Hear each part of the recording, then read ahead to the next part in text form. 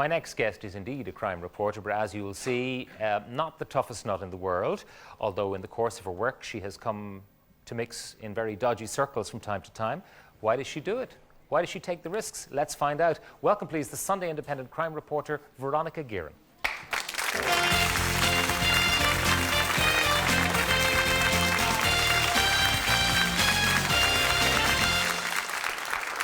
It's good to see you looking so well.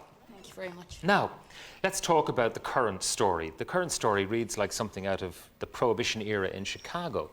Yeah. It's a fairly heavy story. Tell us what the basics of it are. I suppose the basics are that a former League of Ireland footballer caught a youth of the criminal known as the Monk. He was what, a nephew of his or something like that? that? A nephew of his, yeah. Breaking all the windows in his car. And he came out, caught him, and beat the living daylights out of him. The guy was so severely beaten, he was hospitalised. He was in intensive care, and the family didn't take too well to it. So he was so badly beaten, they reckon they found some of his teeth in his stomach. His teeth were in his stomach, his jaws were broken, he was in danger for some time of losing an eye. I should add that he got out of hospital last Thursday. So he has survived this particular beating, survived. And the Monk or his brother decided that a contract should be put out on the former League of Ireland footballer. So, unfortunately, that's... that is the situation? That is it. Well, actually, there was a meeting last Wednesday night between representatives of both gangs, and the situation was resolved somewhat. Somewhat? Somewhat. Yeah, because one of the papers, I've been looking at the headlines during the commercial break, and one of them says that external hitmen are being brought in. I mean... Yeah, I mean, we'll be running a story tomorrow in the Sunday Independent. Sources close to, I've been speaking to sources close to both sides, and they say that the situation has been resolved. The Monk decided that it was a matter for the footballer and for the youth, and that no further action should be taken. And but money might change hands to sort out this little problem. Well, actually, I have been told that the money will be paid to the footballer for compensation, compensation for damage that was done to his house as a result of a firebomb attack. Because his house, in the wake of him beating up the nephew, his house was firebombed. His house was firebombed twice, and also there were 2 microwaves, a television, camcorder, video, clothes, and 400 quid in cash were taken from the house. This sounds, as I say, like Chicago in Prohibition time. I mean, it really is gone crazy. It is, yeah. You know about all of this. Other reporters too are writing about it. And this is all about what, drugs? Basically, these are... No, well, that was... yeah, but I mean, they're drug... Are they drug people? Are they involved in the sale of drugs? Or League of Ireland footballer is allegedly, though he has denied it to me himself, that he's involved, that he is in any way related to the sale of drugs. Yeah. I wouldn't accept that. But yeah, he has accumulated massive profits. But even the beating up of a nephew of any individual is against the law. That's assault. The firebombing of a house is clearly against the law. Yeah. To take a contract out on someone is clearly against the law.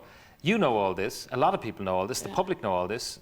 Clearly the guards know all this. So why can't they do something about it? Well, maybe there hasn't been a complaint made to the guards in relation to this. The guards, of course, know what's going on, but when you're dealing with criminals, and particularly in relation to this situation, both sides would have a contempt for the guards and therefore would decide to resolve the matter themselves. So wouldn't encourage the guards to involve themselves. Do you think the guards have sufficient powers to handle? No, not at all. Not at all? Not at all. I mean, do they feel their hands are tied and that they get odium from the public because... Yeah, we're all critical of the guards. Myself, I get a lot of stick from the guards because occasionally I have to write critical stories about them. But I would have to say, I mean, it would be like Steve Collins trying to go in and fight Chris Eubank with one arm tied behind his back. Everything favours the criminal in this society. What changes would you like to see?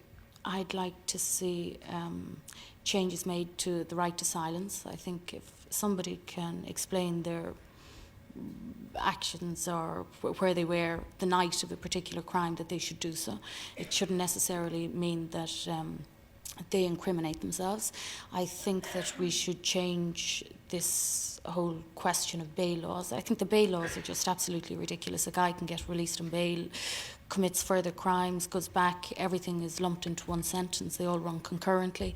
The revolving door system is just crazy. I think, though, if we're going to deal with the bail laws, that additional prisons are required, and I think that's an issue that the politicians are afraid to address, that we do need to build more prisons, because and why do you think they're afraid of it? Because on the face of it, it would seem like a very popular issue for people to go big on. Are there minorities who would be, let's say, liberals, who really feel very strongly that the thin end of the wedge is taking rights away from people like the right to silence? I mean, suppose you are genuinely innocent. Why should you have to tell anyone where you were or what you do? You know, if you're innocent, why should you have to? You know. Well, what do you lose by saying what where you were or what you were doing? I'm just advocating the liberal argument that if you're wrongly arrested for something and you haven't done it, why should you have to explain yourself to anybody? But if you are wrongly arrested, by explaining what you were doing, you can quite clearly, you can establish that you weren't there and that you're not guilty and you're not responsible.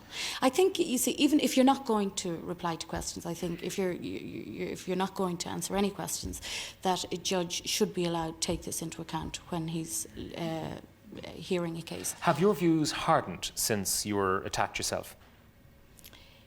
Yes, probably. Yeah, I think they have.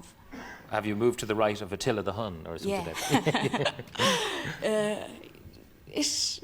I suppose after what happened to me, it brought home to me just how vulnerable people are, and that nothing can be done about it. Yeah, you could have been killed. I mean, if the bullet had hit an artery, you could have died. Yeah. Although there is a view that someone was sent to frighten you, but I mean, they can mean to frighten you and kill you by accident just as easily when bullets are around. Yeah. How long did it take you to decide, I'm a crime reporter, this is what I do, I'm going to keep on doing it? Well, I think my immediate reaction was that I'm a crime reporter and I'm going to keep on doing it, but I was probably high as a kite on drugs or on medication when I decided that.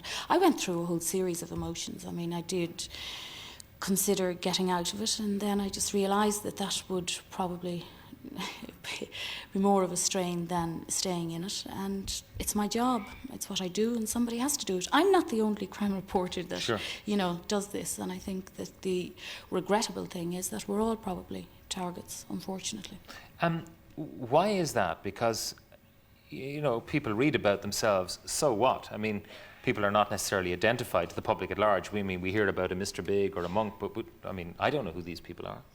I don't know who the former League of Ireland footballer is. I don't know any of these people, Yeah, I think it's that we're publicising matters and bringing to the attention of the public generally a culture that exists in our society that nobody knows anything about. Now, if we publicise it and highlight it, politicians are forced to address these issues, because the most frightening thing is that crime is just the extent of the crime in Dublin City particularly is just alarming, and the inability of the guards, because of the legislation, to really do anything about it or to properly address it is something that has to be publicised. Now, when we do it, we're effectively bringing pressure onto the criminals, and either by guards or by legislation, and they just don't like it.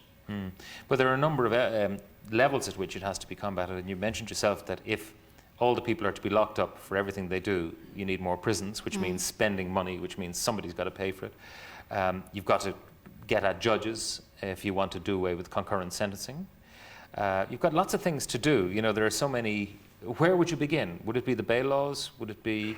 I think it has to be sort of an overall review of the complete judicial system. I think that, and you have to start educating and providing alternatives to crime in city centres. I think that we can't ignore that either, that most people are born into a society where nothing else is available to them except crime, so that it has to be addressed at that level. But personally, because I address and see so often the crime lords, I really think, and it has been decided this week, that extra resources will be put to seeing exactly what these guys are up to and trying to deter it. Know the person you reckon who ordered the hit on you? I don't really. You don't know who did it? No, Do you suspect? Yeah, but it's not the person that I or the guards. I don't believe it's the person that either the guards or I believed in the immediate At the time, aftermath. this was the so-called Mr. Big? Exactly. And it's not Mr. Big? I don't think so, no. Somebody else? Yeah. And do you suspect that you know who it is? I do, yeah. If you met that person? Because you might. I mean, you frequently venture into the so-called underworld. And the chances are that I have. And what would you say to him if you met him, like, tomorrow? I'd continue as normal. I wouldn't address it. Just do your job. Yeah. Ask the questions. Yeah. Has your lifestyle changed dramatically since the shooting? I'm more appreciative of what I've got, and What are you, more careful, more protected? well, Sunday Independent very kindly installed a top-class security system at my home, so I feel better there. I am more. I'd like to think that I amn't sort of more conscious of things that may occur, but yeah, I am. All right. Very definitely. Veronica, thank you very much for coming in. Thanks. You're looking great. Looking terrific.